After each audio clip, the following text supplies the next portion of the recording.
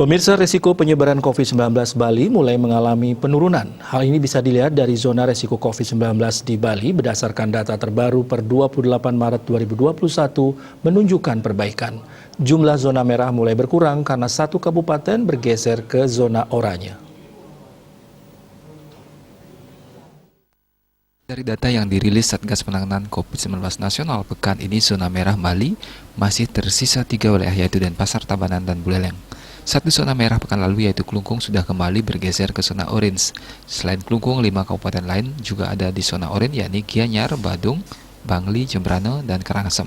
Terkait zonasi COVID-19, juru bicara penanganan COVID-19 nasional, Profesor Wiku Adhisa Smito dalam keterangan soal perkembangan penanganan COVID-19 selama sepekan mengatakan secara nasional penanganannya makin menunjukkan perkembangan yang baik.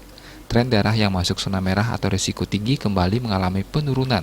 Kondisi peta zonasi saat ini terlihat membaik dibandingkan pada 31 Mei 2020 dan 17 Januari 2021 karena angka sebelumnya terdapat 108 kabupaten kota berada di zona merah, dan perbandingan ini menunjukkan jika pemerintah daerah dan masyarakat serius mengendalikan penularan COVID-19, maka dalam waktu singkat dapat menekan bahaya penularan secara signifikan. Hal ini berarti menyelamatkan banyak nyawa dan perubahan yang lebih baik. Ini merupakan buah jerih payah masyarakat dan pemerintah daerah dalam menekan laju penularan di masing-masing daerah. Diah Dewi, Bali Pos melaporkan.